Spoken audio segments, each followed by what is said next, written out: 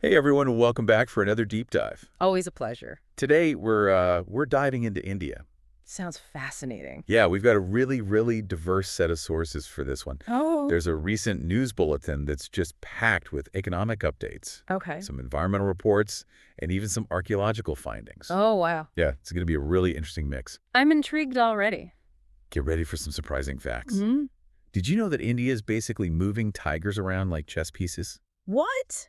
No. Really? Yeah, for conservation. That's amazing. And you might be surprised to find that your spending habits have more in common with folks in rural India than you think. Hmm. That is interesting. Can't wait to see what we uncover. Exactly. Let's jump right into it. Sounds good. This report on India's spending patterns, the Household Consumption Expenditure Survey, Okay.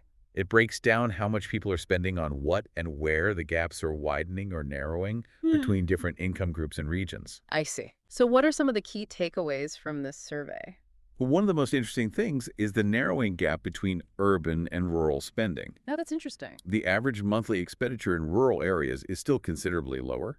Right. It's about 4,122 rupees compared to 6,996 rupees in urban areas. Still a significant difference there. Yeah, but that 70% difference is actually a slight improvement from last year. Okay, so that suggests that rural incomes are rising and people are participating more actively in the economy. Exactly, and it's really encouraging to see. But the report also sheds light on the persistent inequality. Right, because a 70% gap is still pretty significant. Yeah, it is, and the HCES highlights that stark reality.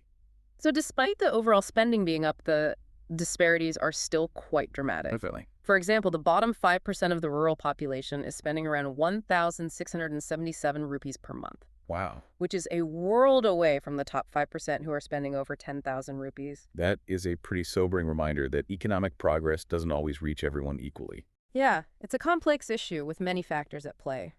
Are there any bright spots in the report when it comes to reducing inequality? Actually, yes. The Gini coefficient, which measures income inequality, has gone down. Okay, and that suggests that the gap between different income groups is narrowing. Right, but slowly. Slowly but surely. Exactly. Now, this could be due to a number of factors, including government policies aimed at poverty reduction, Right. increased rural income, and even migration patterns. It'll be interesting to see how this trend develops in the coming years. Definitely a trend to watch. It's almost like a tug of war between progress and disparity. Yeah, a delicate balance. And it's crucial to keep an eye on both sides of the equation. Absolutely. Now, speaking of changes, the report also reveals some interesting shifts in how people are spending their money. Oh, how so? Well, it's not just about the amount, but also about where that money is going. I see.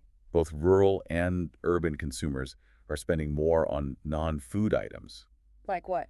things like clothes and transportation. And in some cases, these categories are even taking a larger share of the budget than food.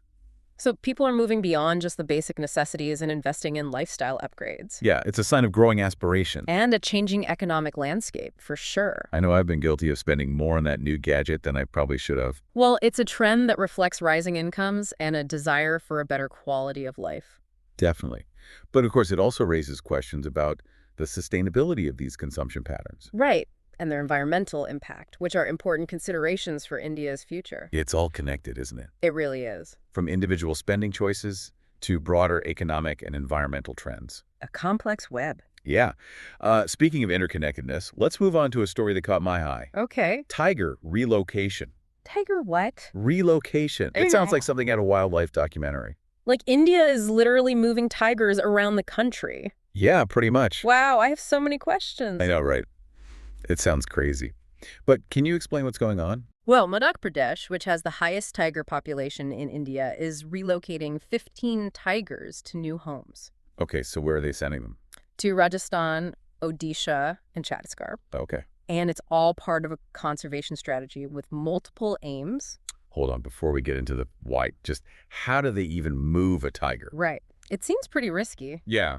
It's definitely a carefully orchestrated process. Okay. It involves tranquilizing the tigers, Uh-huh. transporting them in specialized cages, Wow. and then releasing them into their new habitats. That's incredible. The entire operation is carried out by wildlife experts and veterinarians Makes sense. with extensive experience in handling these magnificent creatures. Okay, so it's not as simple as just putting them on a truck. Definitely not. So back to the why Why go through all this trouble to move tigers around? Well, one reason is rewilding. Rewilding. Yeah, reintroducing tigers to areas where they used to roam but have disappeared Because of. due to habitat loss or poaching. Right. Another goal is to mitigate human-animal conflict. Okay. So by moving tigers from overcrowded reserves, they're reducing the chances of encounters with humans. Yeah, that makes sense, especially with India's growing population and shrinking wild spaces. Exactly. It's a way to protect both tigers and people. But are there any downsides to this tiger shuffle? Well, there are definitely challenges. Like Well, local communities living near relocation sites often voice concerns about safety. Yeah, I can imagine. And then there's the issue of territorial disputes among tigers themselves. Oh, right, because they're very territorial animals. Exactly. Introducing a new tiger into an existing territory can lead to conflict. And even force them into human-dominated areas. Yeah, it's a real concern. So it's a delicate balancing act, Very much so. trying to protect both tigers and people Right. while ensuring the long-term health of the species. It's a complex conservation puzzle, and each move has to be carefully considered. Yeah, it's fascinating how we're using modern technology and scientific understanding to try and restore ecological balances that have been disrupted over time. It's really remarkable.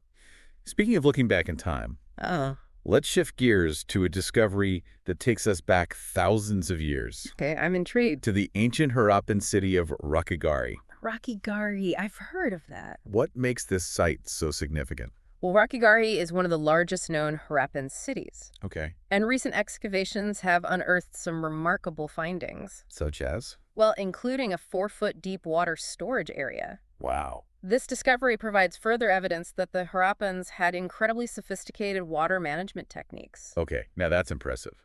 A 4-foot deep water storage area. Yeah, pretty amazing, isn't it? It sounds like they were way ahead of their time when it came to urban planning and resource management. Absolutely, and this discovery aligns with what we know about other Harappan cities. Right, like Mohenjo-Daro. Exactly, with its elaborate drainage systems. And the bunds in Lothal for flood control. Yes, and the massive reservoir in Dolavira. Not to mention the iconic Great Bath. Oh, yes, of course. These were master planners and engineers. It's mind-boggling to think about the ingenuity of these ancient civilizations. It really is. It's a testament to their resourcefulness and their ability to adapt to their environment. And what's really fascinating is that their innovations hold valuable lessons for us today. In what way? Well, as we face increasing water scarcity and climate change impacts, Yeah. these ancient solutions offer insights into sustainable practices that we can learn from.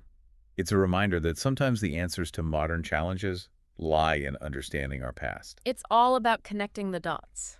Now, bringing things back to the present, Hmm. let's talk about a topic that's been dominating headlines. Okay, shoot. The Indian rupee hitting the 85 mark against the US dollar. Ah, yes, the rupee's roller coaster ride. Exactly. And I know exchange rates can seem complicated. They can be, for sure. Can you break it down for us? Sure. What does this mean for India and its economy? Well, simply put, exchange rates tell us how much one currency is worth compared to another. Okay. In this case, you need 85 Indian rupees to buy one US dollar. So when the rupee depreciates like this, it has a ripple effect on the entire economy. Okay, so why is the rupee on this roller coaster ride? Good question. What factors are driving this depreciation? Well, it's a combination of factors. Right. One is the strong US dollar. Right. The U.S. Federal Reserve's recent moves to raise interest rates Yeah. have made the dollar more attractive to investors globally, Okay. leading to capital outflow from emerging markets like India.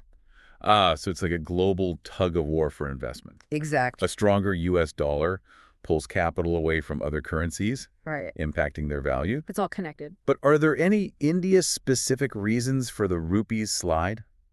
Yes. The widening trade deficit is a major concern. In what way? Well, India is importing more than it's exporting, Uh-huh. and this puts downward pressure on the rupee. I see. High oil import costs and persistent inflation are also contributing to the situation. So it's a mix of global economic forces and domestic challenges. But what does this actually mean for everyday people? Right. Is a weaker rupee good or bad? Well, like many things in economics, it's not a simple win or lose scenario. Okay. A weaker rupee makes imports more expensive, Right. which can impact industries that rely on imported raw materials and components. Particularly manufacturing and energy sectors. Yes, and it can also increase the burden of foreign debt. So that's the downside. Right. But I imagine there's an upside too, Of course, a weaker rupee can also boost exports. making Indian goods and services more competitive in the global market, Exactly. This can be a boon for industries like IT and pharmaceuticals. which have a strong export focus. Yes, and it can also benefit Indians working abroad as their remittances are worth more in rupees. So it's like a two-sided coin with both positive and negative impacts depending on where you stand in the economy. Precisely. This brings us back to that theme of interconnectedness again. It always seems to come back to that. Yeah, from personal spending habits to global currency fluctuations. And from ancient water systems to modern tiger conservation. It's clear that everything is linked in some way, Absolutely. and we've only just scratched the surface. There's so much more to uncover. There's still so much more to unpack. Let's continue our deep dive into India's current landscape after a short break. Looking forward to it. Stay tuned. We're back with our deep dive into India. Ready to uncover more insights. Absolutely. Before the break, we were talking about the rupee's fluctuations on the global stage. Right, the roller coaster ride. But let's zoom in now and focus on a policy that's creating a lot of buzz within India. Okay, which one? The Slamativa scheme. Ah, yes. Savanfia. It sounds like a game changer, particularly for rural communities. It really is. The Savamativa scheme, which stands for Survey of Villages and Mapping with Improvised Technology in Village Areas. Wow, that's a mouthful. It is a bit, isn't it? But it's all about providing clear ownership rights to people in rural areas. Exactly. Something that's been a long-standing challenge. I can imagine. Without clear land ownership records, there must be tons of disputes and legal battles. Oh, absolutely. It's been a major obstacle for rural development. So this scheme could bring much-needed clarity and security to rural land ownership. Precisely. Yeah. And the government has been making significant progress. Oh, They've distributed over 50 lakh property cards already. that's impressive. But it goes beyond just resolving disputes. In what way? Think about it. Without proper titles, people can't use their land as collateral for loans. Right. They struggle to sell it at a fair price. It really hinders their economic potential. Exactly. It's like they're stuck in a system that doesn't recognize their most valuable asset. Providing clear ownership records empowers them in so many ways. Absolutely. It's a step towards unlocking economic opportunities. And reducing that rural-urban divide we talked about earlier. Precisely. And the use of technology, Right. drones and GPS mapping, To survey and document land ownership. makes it even more remarkable. It's a modern solution to a very traditional problem. It really is. It's encouraging to see these kinds of initiatives aimed at bridging the gap between rural and urban India. Definitely a step in the right direction. Now, shifting gears a bit, Okay. let's talk about the PM Cares Fund. Okay. I saw reports about a significant amount of donations it received recently. It did. Over 912 crore rupees last year. Wow, that's a lot. It is. Shows how much people care. Can you shed some light on what this fund is all about? Sure. The PM Cares Fund, which stands for Prime Minister's Citizen Assistance and Relief in Emergency Situations Fund. Another mouthful. I know, right? It was set up to provide relief during emergencies. Like the COVID-19 pandemic. Exactly. It's a charitable trust that relies entirely on public donations and corporate contributions. So it's separate from the government budget, That's right. A national reserve for times of crisis. ensuring a quick and efficient response when it's needed most. Precisely. I know there were questions about transparency in the past. There were. Has that been addressed? Yes, transparency is crucial for any public fund. And the PM Cares Fund has been publishing audit reports detailing its income and expenditures. Okay, so people can see exactly where their money is going. That's the idea. That's good to hear. And there's an added incentive for donors. Oh. Contributions are eligible for tax benefits. Under Section 80G of the Income Tax Act. That's the one. Okay, so it's a win-win. You could say that.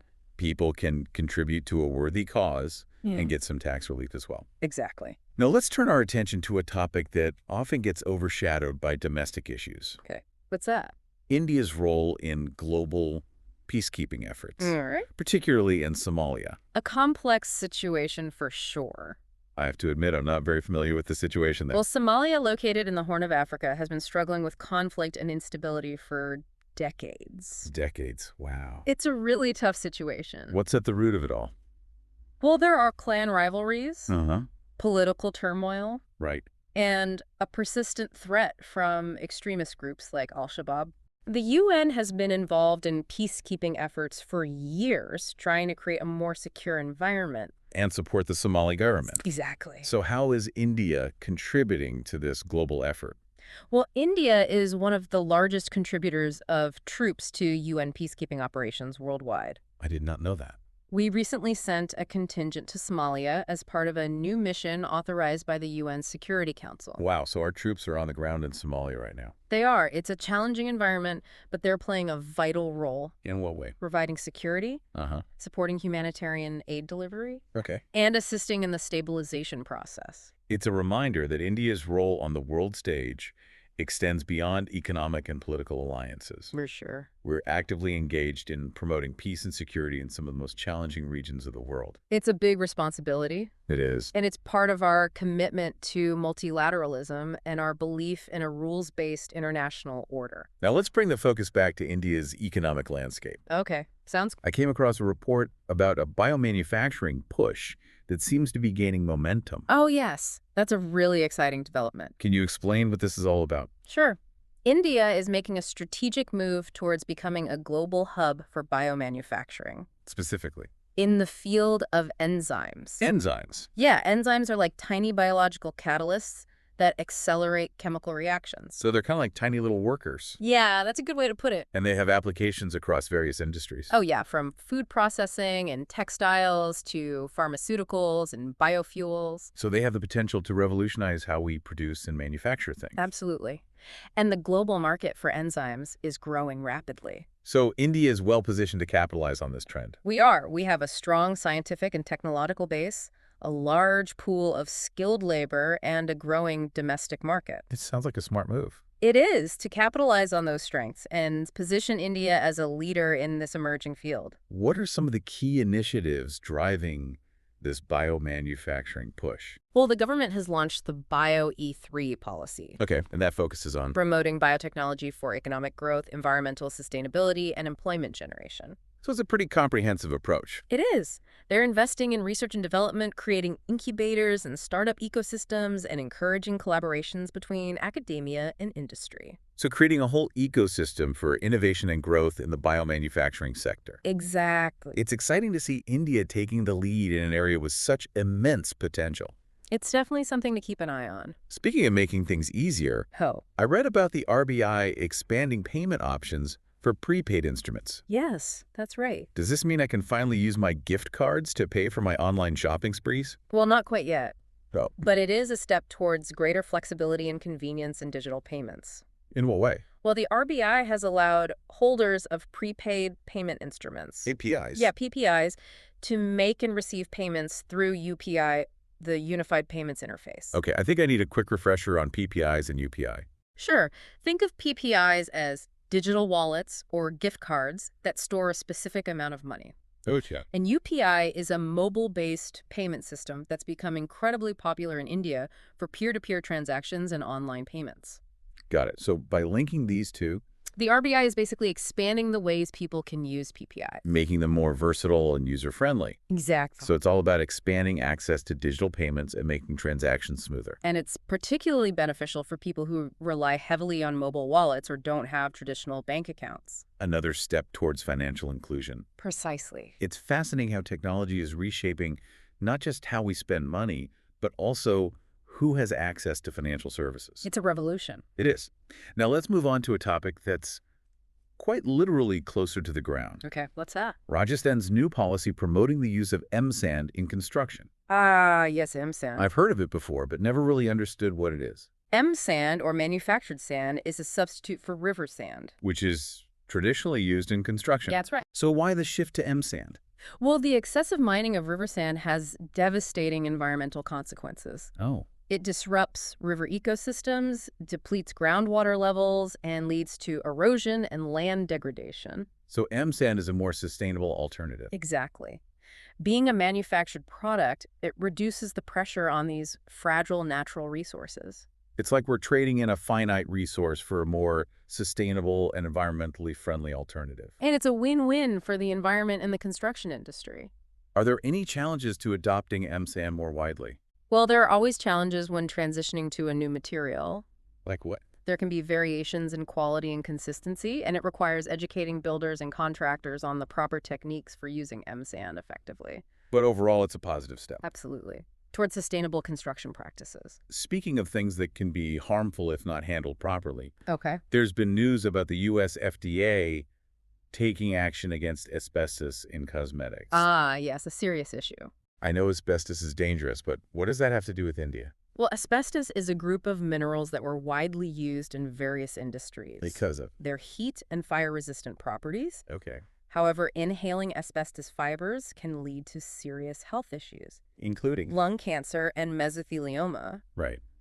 The U.S. FDA's action highlights the ongoing concern about asbestos contamination in consumer products. It's a global issue. It is, and it serves as a reminder that these issues can have global implications. So even though the focus is on cosmetics in the U.S., It's a wake-up call for all countries. including India, Yes, to be vigilant about potential asbestos contamination in various products. and to strengthen regulations and testing procedures, Absolutely. It's all about protecting public health and safety, learning from the experiences of other countries. and staying ahead of potential risks. And on that note of being prepared, Okay. let's wrap up this segment with a quick look at the weather. Sounds good. I saw reports about western disturbances impacting northern India. Oh, yeah, those winter visitors. Can you give us a brief forecast? Well, Western disturbances are weather systems that originate in the Mediterranean region, and they bring moisture to northwestern parts of India during the winter months. So they're actually beneficial. They can be. The rain is generally good for winter crops like wheat, but heavy snowfall can disrupt transportation and daily life in some areas. That's a mixed bag. It is. It's important to keep an eye on the forecasts and be prepared for potential weather-related disruptions. It's a good reminder that even with all our technological advancements, we're still at the mercy of Mother Nature's whims. That's for sure. We've covered a lot of ground in this segment, We have. from rural property rights to global peacekeeping. From the tiny world of enzymes to the vast expanse of weather patterns. It's incredible how these seemingly disparate threads weave together to tell a story about India's dynamic present. It's all connected. And we're not done yet. More to come. There's still more to explore, more connections to uncover. Let's continue our deep dive into India's ever-evolving landscape after a short break. I'm ready when you are. Stay tuned. Welcome back to our deep dive into India. Glad to be back. We've journeyed from the intricacies of household spending to the grand stage of global peacekeeping, From the tiny world of enzymes. to the powerful forces of nature shaping the landscape. It's been quite a ride. It has. And throughout this exploration, one theme keeps surfacing. The interconnectedness of it all. You're absolutely right. Whether it's the ripple effects of a global economic shift or the way a government policy like the Svamvia scheme can transform lives in rural communities. It's clear that every action, every trend, every event has a connection to something larger. And we've also seen how India's ancient past continues to inform its present. Like those incredible water management systems developed by the Harappan civilization thousands of years ago. They offer valuable lessons for us as we grapple with modern-day challenges like water scarcity and climate change. It's amazing how those ancient solutions can still be relevant today. Sometimes the solutions to today's problems can be found by looking back at the ingenuity of our ancestors. It's all about connecting the dots across time. It's fascinating how the past, present, and future are so intricately intertwined. It really is. So as we wrap up our exploration, is there a final thought, a question, a spark of curiosity you'd like to leave our listeners with?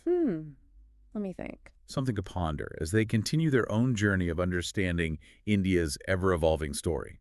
I think the most compelling takeaway is the realization that India's story is being written right now. And each one of us has a role to play in shaping its future. Exactly. The trends we've discussed today, from economic shifts and technological advancements to environmental concerns and social changes, will all influence India's path in the years to come. It's an invitation to think critically, to stay informed, to engage in meaningful conversations, and to contribute to a future that reflects our shared hopes and aspirations. Well said. And as we look ahead, It's crucial to remember that India's journey is not a solo act. it's a story that unfolds on a global stage, interconnected with the destinies of other nations and the fate of our planet. We're all in this together. Well said. And to our listeners, thank you for joining us on this deep dive into the heart of India. It's been a pleasure sharing these insights. We hope you've gained some valuable insights and are feeling inspired to learn even more. Keep exploring Keep questioning. and keep the conversation going. Until next time.